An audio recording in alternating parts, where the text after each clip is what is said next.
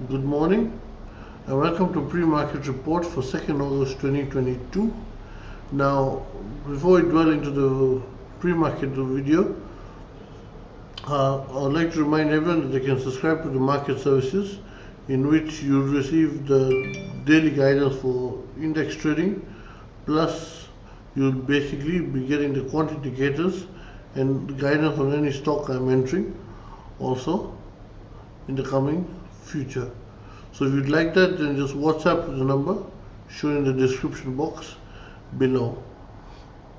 Now, when we come to the markets, on the news front, there isn't much, as most of the news cycle involved America browbeating about killing the new terrorists, and then last night it was mainly about, let's say, the finance minister saying that there is no question of a recession in India doing this and that, so her usual self-rhetoric. So on the news front there isn't much, and on the results front, the ITC results, and naturally a lot of the market are fans of ITC, so that their net profit did rise by 34%.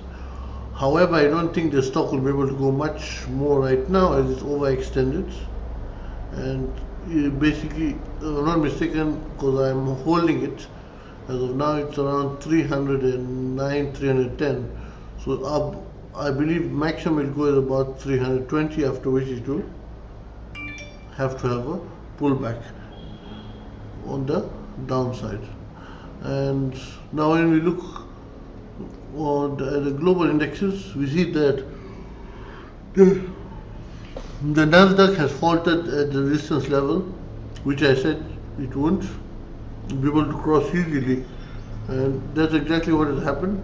Yesterday it went there and found basically a neutral candle, as it's now going to try to find direction in the coming sessions. And then the same can be said for the S&P 500. In fact, the S&P 500 could not even climb above it at all. It reached that point and just then faltered and came down. This last black candle is of today's futures, so cannot be considered as of now.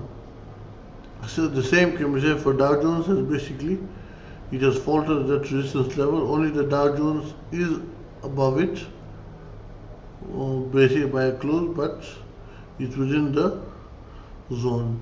So there is not much can be said for the global indexes, apart from the fact that when we look at the charts, that's for the Nasdaq, we can see that it's trying to go back below the 20-day moving average in the 3-hour chart.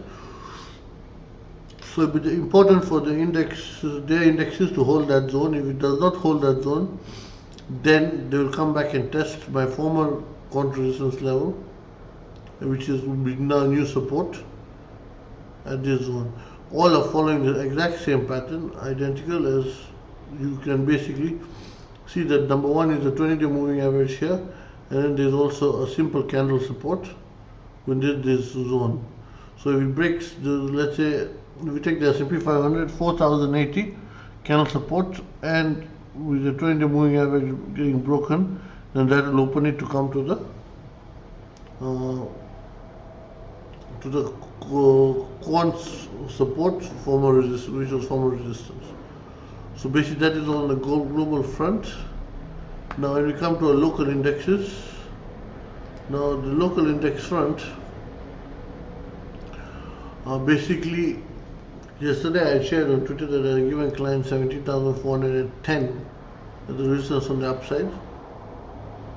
That works spot on. As you can see, we went to it and stopped exactly there. Now there is not much that can be said about the indexes for only one reason. Number one, they have defied a lot of logic in technical terms.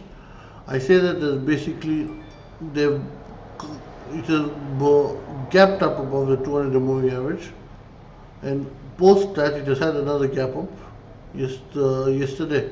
So it has blown past the 200-day moving average, which is meant to be a very strong resistance, very easily. Plus, it is overextended, and anyone who says it's not is smoking something that is very unique, because we can see the constant gap ups, and this is a parabolic up move. So now the parabolic up move, all the boxes are being ticked for us to have a pullback. However, we have not yet started having that, and it will be interesting to see if we do have it, as right now it is more of a 50-50 game because of the simple parabolic nest the index is trading within.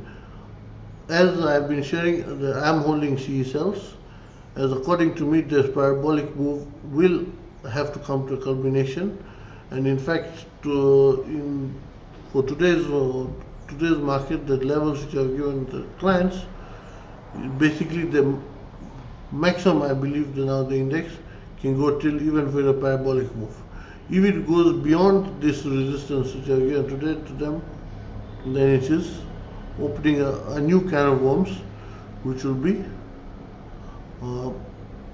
rather unique. And another thing people are not understanding, that if it were to pull back now, it would at least come back to the 200 moving average, which should not be hurtful. If it continues the parabolic move, then the day we have a pullback, the rose-eyed traders who have come in just now and are getting excited will end up seeing a very, very sharp big descent which will smash them into pieces, as they simply won't be prepared for it, as they're in the firm belief that it can only go up now in one direction, and if it comes down, it might come down a bit and not in a big way.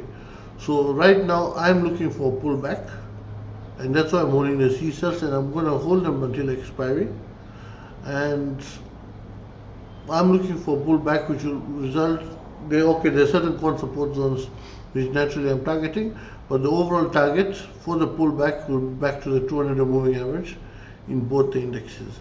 The Banknifty will be more profitable on the pullback, as it's got a wider range to come down, but the Nifty also will give a lot of good money on option selling for positional and option buying for intraday if it were to have a pullback to the zone. Now SGXNIFTY is indicating a small gap down of 0.5%, so we'll have to see if that sustains itself, and whether today we face simple consolidation or the consolidation kicks in a good level of profit booking in the whole scenario. I believe we are basically at the top resistance levels. We cannot go much beyond this. And like that's what I said. The resistance I've given clients today are the last which make any logic technically. If you go beyond that, then it completely comes even illogical on the parabolic side. So that is all for today, and thank you for watching, and do like the video and subscribe to the channel.